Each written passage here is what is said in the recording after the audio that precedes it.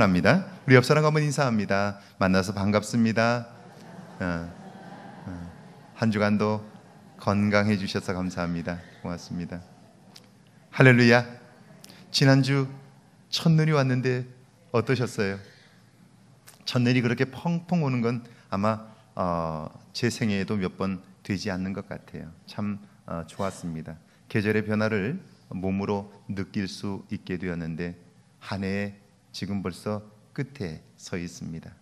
시간이 이렇게 빨리 가고 있는데 여러분 정말 남은 시간 동안 여러분의 인생에서 가장 아름답고 가치 있는 삶의 열매들이 맺히기를 주의 이름으로 축원합니다. 이번 주를 지내고 나면 예수 그리스도의 오심을 기다리는 대림절기가 시작됩니다.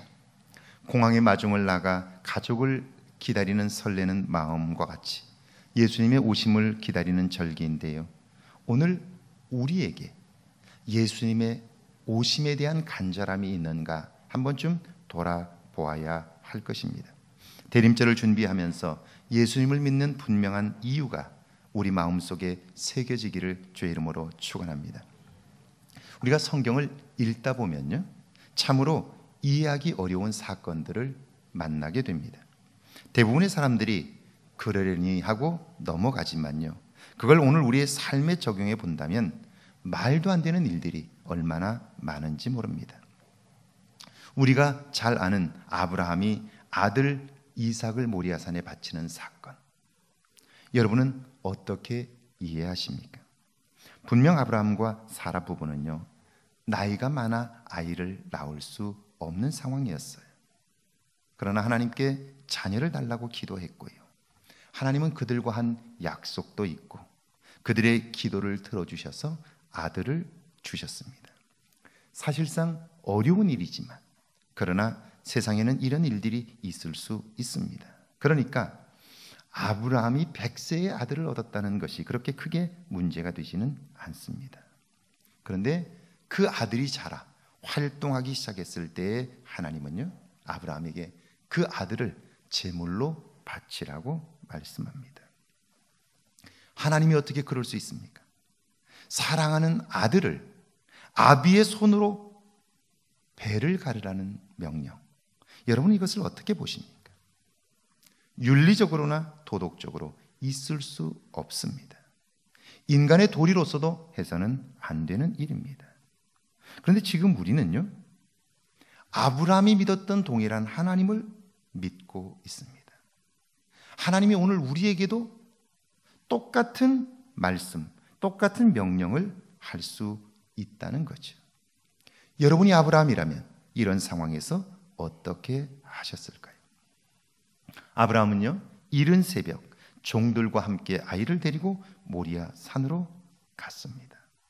말씀대로 순종을 한 거예요. 여러분이 볼 때 이것이 믿음입니까? 아니면 어리석음입니까? 여호수아 5장에 보면 요단강을 건넌 이스라엘 백성들이 길갈에 이르렀습니다. 그들에게는 요단을 무사히 건넜다고 하는 안도감이 있어요. 동시에 지금 그들이 있는 곳은 가나안 땅입니다. 전쟁을 앞두고 있기 때문에 두려움도 얼마나 큰지 모릅니다. 그때 하나님이 여호수아에게 명령해요. 너는 지금 모든 남자들에게 할례를 행하라는 거예요. 이스라엘 백성들이 바보가 아닙니다. 할례를 하면 적어도 2, 3주 동안은요, 몸을 움직이지 못합니다. 전쟁을 전혀 수행할 수가 없어요. 여러분, 길갈에서 여리고까지가 대략 3.5km입니다. 우리 교회에서 원광대학까지가 4.6km예요. 그러니까 적의 코앞에 있는 거예요. 게다가 이런 전시에는 우리 진영에 적의 스파이들이 들어와 있어요. 그들이 공식적으로 할례를 행한다고 하면 그걸 모를 수가 없습니다. 그러면 할례를 행한 다음에 그들이 공격을 하면 우리 모두는 몰살을 당할 수밖에 없습니다. 3살짜리 아이도 알 수 있는 일이에요. 여러분이 그 자리에 있었다면 하나님이 하셨다고 해도 그 말에 순종할 수 있을까요? 여호수아는 그대로 행했는데요. 여러분, 이것이 믿음입니까? 아니면 어리석음입니까? 사무엘상 24장에 보면요, 다윗이 사울 왕을 살려주는 장면이 나옵니다. 다윗이 엔게디 동굴에 숨었는데요, 누군가가 밀고 해서 다윗이 죽게 되었어요. 사울 왕이 정예군인 3,000명을 이끌고 와서 그곳을 포위한 거예요. 그리고 점점 좁혀오고 있습니다. 그러니까 다윗으로서는 살아날 방법이 없어요. 그런데 사울 왕의 군대가 조금 늦게 도착을 했는지 해가 저물고 말았습니다. 병사들은 포위망을 유지한 채 경계를 서고요, 사울 왕은 주변 동굴에 들어가 잠을 청했어요. 그런데 그 속에 다윗이 있었던 거예요. 다윗의 신복이 말합니다. 하나님이 주신 절호의 기회입니다. 단칼에 베겠습니다. 그래요. 여러분, 이런 기회는 다시 오지 않을 거예요. 그러니까 하나님이 이런 때를 주셨다고 기뻐하는 거죠. 그를 죽이면 다윗은요, 지긋지긋한 도망자의 신세에서 벗어날 수 있어요. 두려움에 떨지 않아도 되고요, 억울한 누명을 썼으니까 복수할 수 있는 기회도 가지게 된 거예요. 그뿐 아니라 다윗은 그를 처치하고 나면요, 자기가 왕이 될 수도 있습니다. 어떤 면으로 봐도 다윗은 그를 죽여야 돼요. 그런데 그가 말합니다. 여호와께서 기름 부으신 자를 치는 것은 여호와께서 금하신 것이라고. 그리고는 사울 죽이는 것을 포기해요. 동굴을 나와 또다시 도망자의 신세가 되는 거예요. 여러분, 다윗의 이런 행동이 믿음입니까? 아니면 어리석음입니까? 신앙과 삶의 괴리가 바로 여기에 있습니다. 하나님을 믿는다고 하지만 실제로 우리가 이런 일을 만나면 믿음이 아니라 우리 생각대로 행동해요. 믿음을 오히려 어리석은 일이라고 여깁니다. 그러니까 믿음의 사람들이 경험한 그 다음 하나님의 사건들을 알 수가 없는 거예요. 볼 수가 없는 거예요. 그러면 어때요? 입으로는 하나님이 살아계시다고 말하지만 하나님은 내 삶에 아무런 영향을 미치지 못합니다. 신앙생활은 하지만 무기력해지죠. 내가 모든 걸 판단하고 행동해야 하니까, 해결해야 하니까 피곤한 거예요. 지쳐갈 수밖에 없는 것입니다. 그렇다면 여러분, 무엇이 문제입니까? 아브라함과 여호수아, 다윗은 되는데 왜 우리는 그것이 잘 안 될까요? 오늘 뜨겁게 신앙생활을 해보고 싶은 사람들, 처음 사랑을 회복하고 예수 그리스도로 말미암아 능력 있는 삶을 살기를 원하는 사람들이 진지하게 한 번쯤 물어봐야 할 질문입니다. 여러분, 정말 무엇이 문제입니까? 오늘 이 세 개의 사건에는 공통점이 있습니다. 아브라함은 아들 이삭을 바치기 전에 불임의 문제가 있었습니다. 지금도 쉽지 않은데 3,900년 전의 이 일은 정말 해결할 수 없는 문제입니다. 게다가 아내 사라의 생리가 끝났으니까요, 임신할 수 있는 가능성은 0%입니다. 여호수아는 어때요? 그 일이 있기 전에 그들은요, 요단강을 건넜습니다. 제가 군대에서 작전을 해봐서 아는데요, 군대가 강을 건너는 것, 도하를 하려면 장비도 필요하지만요, 적어도 상대방보다 병력이 4배는 더 많아야 돼요. 이 말이 무슨 말이냐면, 강을 건널 때 우리는 굉장히 취약해질 수밖에 없고요, 강을 건너면서 적어도 절반 이상의 병력이 죽는다는 걸 전제하는 거예요. 그래야 그 절반으로 건너가 그들과 싸울 수 있게 되는 거예요. 그러니까 여호수아와 그 백성들로서는요, 갈 수도 없고 안 갈 수도 없는 심각한 문제를 만난 거예요. 그 백성들이 자기가 잘못하면 그 강을 건너가 죽을 수 있어요. 그러니까 가만히 있겠어요? 반대하면 건널 수 없게 되는 거예요. 누가 그 강을 건너겠다고 나서겠어요? 교회 안에서도 마찬가지죠. 내 생각에 옳지 않다고 느끼면 여러분, 아무리 좋은 일도 행할 수 없게 되는 거죠. 지금 심각한 문제를 만난 거예요. 다윗 역시 그렇죠. 사울 왕의 지휘 아래 3,000명의 정예 군대가 포위망을 좁혀오고 있습니다.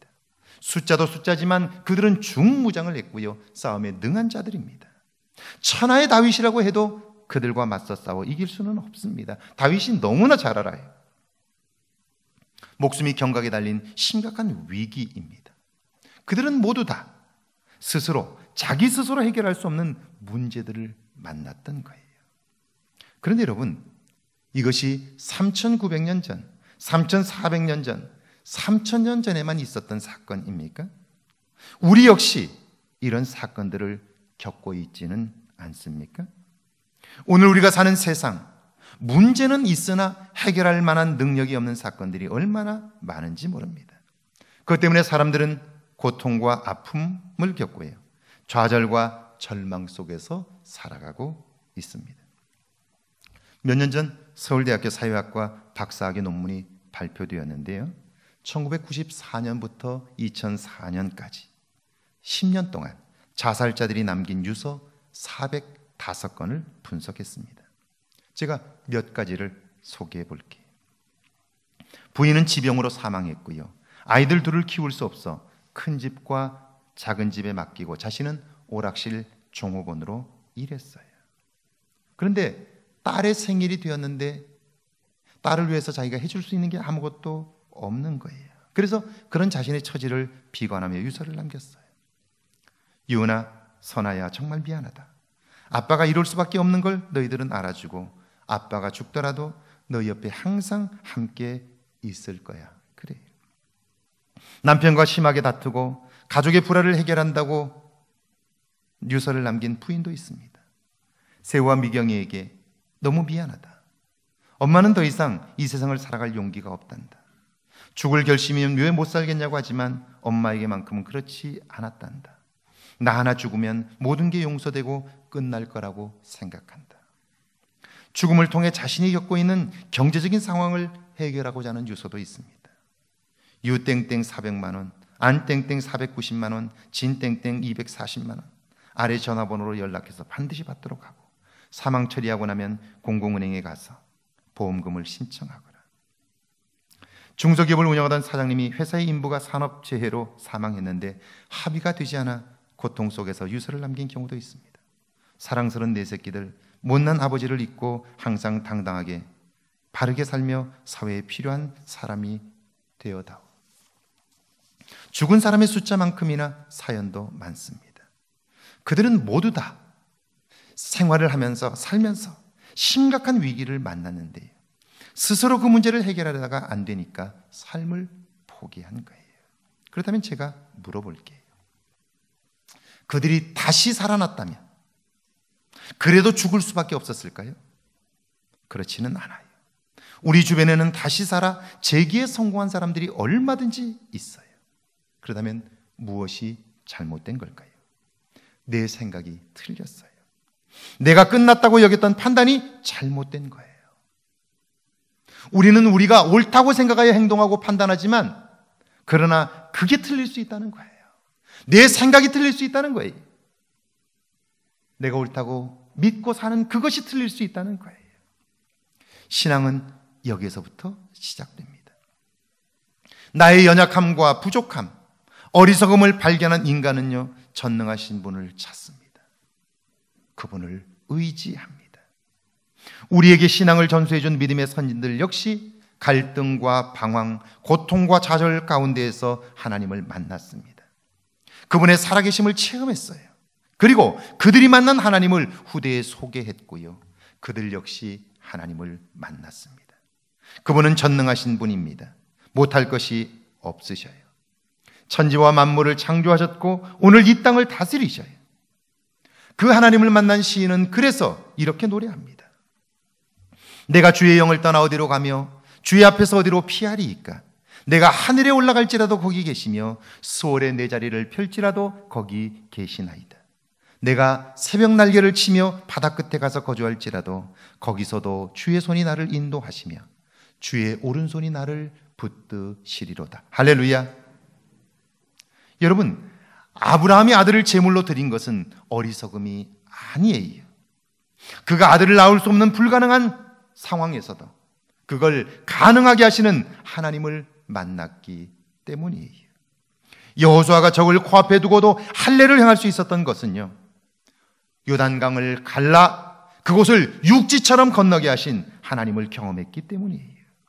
다윗이 적에게 포위되었고 억울하고 분통 터지는 상황에서도 자기를 죽이려는 자를 살려줄 수 있었고 용서할 수 있었던 것은 그의 어리석음이 아니라 그가 똑같은 일을 십광야에서도 경험했어요.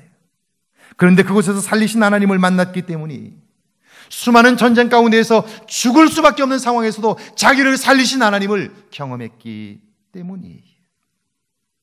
그들은 모두 자신들이 믿는 하나님이 어떤 분인가를 분명히 알고 있었어요. 믿고 있었어요. 그러니까 위기 상황에서도 그분의 말씀에 순종하고 믿음으로 도전할 수 있었던 거죠. 사람들이 볼 때는, 믿음이 없는 사람의 눈으로 볼 때 그 일은 어리석은 일이, 바보 같은 짓이. 그런데 그들이 알고 있는 하나님은 그 상황에서도 넉넉히 이기게 하시고 상황을 새롭게 바꾸실 분임을 그들은 믿고 있는 거예요. 알고 있는 거죠. 그러니까 믿음으로 그 일을 행할 수 있고요, 그 일을 통하여 그 다음 하나님이 하시는 일들을 경험하게 되면서 신앙의 생명력이 넘치게 되는 거예요. 기쁨의 신앙생활을 할 수 있게 되는 거죠.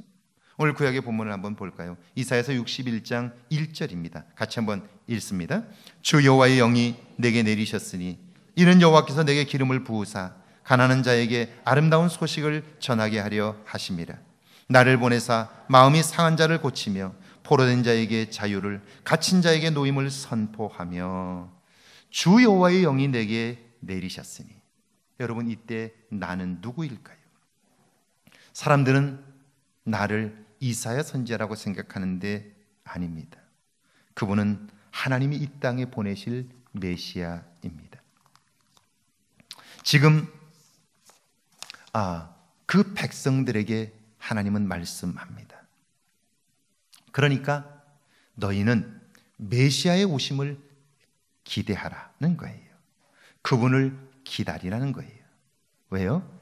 지금 그들은 심각한 위기를 만났습니다. 자기 스스로 어쩔 수 없는 문제를 만난 거예요. 이사야 시대 유다는 바벨론에 의하여 완전히 망했습니다. 예루살렘 성전은 파괴되었고요, 성전에 있던 기물들은 모두 약탈당했습니다. 왕족이나 귀족, 지식층들과 여성들은 바벨론의 포로로 끌려갔어요. 하나님을 찬양했던 예루살렘엔 암몬과 주변 족속들이 들어와 살게 되었습니다.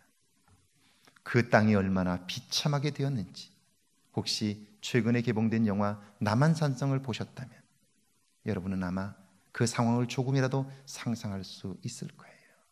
엄청나게 많은 사람들이 죽었어요. 당신은 시신을 어떻게 처리할 수 없으니까 그냥 가는 곳마다 시신이 즐비해요. 그리고 왕이 나아가 머리를 조아리면서 이마에 피가 터지는 거 보셨죠? 왕이면서도, 한 나라의 왕이면서도 왕복을 입을 수가 없어요. 왕복을 벗고 평복을 하고요. 그리고 여러분, 그 추운 겨울에 그 수만 명의 조선의 여성들이 청나라로 끌려가는 거 보셨죠? 이 얼마나 비참한 일입니까? 왕이 그 수모를 당하고 조선의 남자들이 그렇게 죽어가고 조선의 여성들이 노예로 끌려가고 있는데 할 수 있는 게 아무것도 없잖아요. 지금 이사야 선지자가 보고 있는 상황이 그런 상황이에요. 여러분, 지금 그 땅에는 소망이 없습니다. 한때 그들은 하나님의 은혜를 경험했어요. 인도함을 받았습니다. 그런데 지금은 절망적이지요. 왜 이렇게 되었을까요? 하나님이 말씀합니다. 주께서 이르시되 이 백성이 입으로는 나를 가까이 하며 입술로는 나를 공경하나 그들의 마음은 내게서 멀어졌도다. 이는 패역한 백성이요 거짓말하는 자식들이요 여호와의 법을 듣기 싫어하는 자식들이라. 내가 이 나라를 무너뜨리되 토기장이가 그릇을 깨뜨림같이 아낌없이 부수리라. 하나님에게서 멀어졌어요. 은혜에서 떠났어요. 자기가 하나님 노릇하다가 망하고 만 것입니다. 이런 상황에서야 그들은 통곡합니다. 마음을 찢습니다. 간절하게 하나님의 도움을 구해요. 그때 하나님이 말씀하지요. 너희의 메시아를 기다리라. 그가 너희에게 아름다운 소식을 전하리라. 마음이 상한 자를 고치고 포로된 자를 자유하게 하리라. 갇힌 자를 놓아주며, 이사야서 61장 2절과 3절이죠. 같이 한번 읽어볼까요? 2절과 3절입니다. 함께 읽습니다. 여호와의 은혜의 해가 우리 하나님의 보복의 날을 선포하여 모든 슬픈 자를 위로하되 무릇 시온에서 슬퍼하는 자에게 화관을 주어 그 죄를 대신하며 기쁨의 기름으로 그 슬픔을 대신하며 찬송의 옷으로 그 근심을 대신하시고 그들이 의의 나무 곧 여호와께서 심으신 그 영광을 나타낼 자라 일컬음을 받게 하려 하심이라. 할렐루야. 사람들은 자기가 할 수 없으면 주저앉아 포기해요. 그리고 끝났다고 여기고 스스로 생명을 포기해요. 그런데 하나님은 말씀합니다. 너희가 아무것도 할 수 없을 때, 그때야말로 하나님의 능력을 경험할 때인 거죠. 하나님을 진심으로 가슴으로 만날 수 있는 때예요. 하나님은 이렇게 말씀하지만 똑똑한 사람들은 이때에도 생각하고 말할 거예요. 지금 나라는 망했고 이역만리 타국에서 포로 생활을 하는데 언제 그런 날이 온다는 거냐고, 말 같지도 않은 말 하지 말라고 그렇게 생각할 수는 있어요. 그런데 그런다고 무엇이 달라지나요? 없던 소망이 생기고 힘을 얻을 수 있나요? 아니에요. 그러니까 위기의 때야말로 잃어버렸던 믿음을 회복해야 할 때입니다. 하나님의 음성을 다시 들어야 할 때이고요. 하나님에게는 온전히 하나님을 우리가 경험할 수 있는 기회가 되는 거예요. 왜냐하면 우리가 믿는 하나님은 전능하셔서 우리는 해결할 수 없지만 그분은 넉넉히 그 문제를 해결할 수 있기 때문이에요. 우리가 믿는 하나님이 바로 그런 분이고요. 그분은 우리를 사랑하셔서 우리가 구하면 우리를 넉넉히 우리의 소리를 들으시고 우리를 도와주시기 때문이죠. 사랑하는 여러분, 여러분은 예수를 왜 믿습니까? 여러분이 믿는 하나님은 여러분의 삶에 지금 얼마만큼 영향을 미치고 있습니까? 오늘 예배하는 여러분들이 진지하게 물어야 할 질문입니다. 내가 믿는 하나님이 내 삶에, 지난 한 주간의 삶에 얼마나 영향을 미쳤느냐 하는 거예요. 지난 일주일 동안 하나님이 없이도 내가 살 수 있다고 여기며 살다가 그저 이 자리에만 와 앉아 있는 것은 아니냐 하는 거예요. 그래서 점점 신앙의 생명력은 잃어져 버렸고 그저 주일에 한번 나와 예배드리는 것으로 종교적 의무를 다하는 것으로 살아가고 있지는 않느냐는 거예요. 그럴수록 삶은 지쳐가고 힘겨워지고 우리 스스로 할 수 없는 일들이 너무 많아. 우리의 입만 열면 불평과 원망에 사로잡혀 살지는 않느냐 하는 거예요. 무기력함, 삶의 무기력함, 이게 어디서 오느냐 하는 거예요. 진지한 질문이 여러분에게 있기를 주의 이름으로 축원합니다.